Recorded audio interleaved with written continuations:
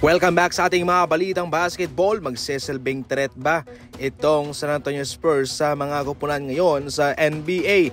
Alam nating malakas din sila considering na nasa kanila si Victor Wembanyama at mas lalo pa itong pinalakas ng dahil kay Chris Paul at sa kanilang veteranong si Harrison Barnes. Ayon sa ekspertong si Brian Windhorst ng ESPN, magsisilbing threat daw itong Spurs ngayon sa mga kupunan, especially sa mga powerhouse team. Unang-una dahil yan sa impact ni Chris Paul na maibibigay sa kanila at sa kanyang maitutulong sa kanilang batang player na si Wemby. Alam nating vocal na manlalaro itong si Chris Paul sa mga kupunang pinaglaruan niya.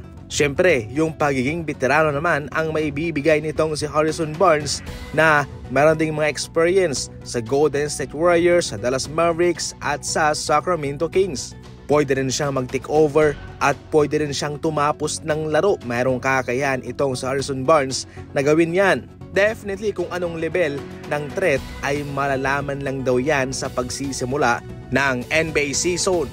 Sa laban kahapon ng Golden State Warriors versus Detroit Pistons, ito ang mga napansin ng mga eksperto. Unang-una, kahit walang Andrew Wiggins, Stephen Curry, Draymond Green, nag-shine out pa rin ng Golden State Warriors gamit ang kanilang mga bangko.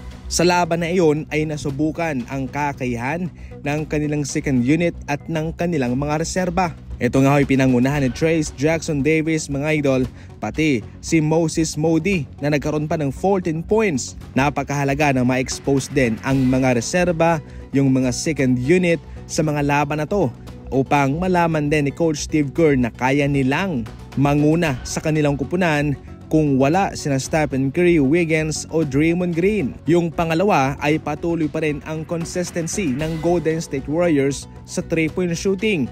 Kung gaano sila kainit sa pagsisimula sa preseason, mapahanggang sa ngayon ay ganun pa rin.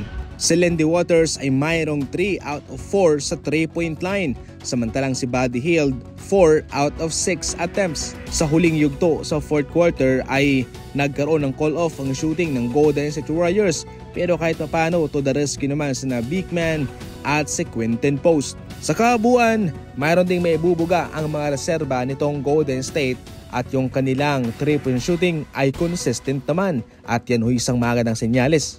Samantala, out for the rest of the preseason sa Joel Embiid, ang center ng 76ers. Yan ho'y opisyal na inanunsyo ng kanilang kupunan. Ang naging dahilan ng hatol na ito ay dahil sa management sa kanyang kaliwang tuhod. Hindi naman siya na-injured ngunit sinisigurado lang ng Sixers na nasa tamang kondisyon ang kanyang tuhod patungong regular season. Yan ang kanilang goal, maging 100% healthy na siya, especially sa post-season o sa playoff. Mahalagang manlalaro sa Joel Embiid sa Sixers. Kung sakaling siya ay ma-injured, malaking kawalan to para sa kanila. Noong nakarang season, nasa 39 games lamang ang kanyang nilaro dahil yan sa kanyang torn lateral meniscus at maging sa kanyang pagbabalik ay nagkaroon siya ng limitadong minuto sa playoff pa mga idol na siya nagpahirap naman talaga sa kanila. Ngayon, bawal na magkaroon siya ng injury at kinakailangang magdoble ingat sila considering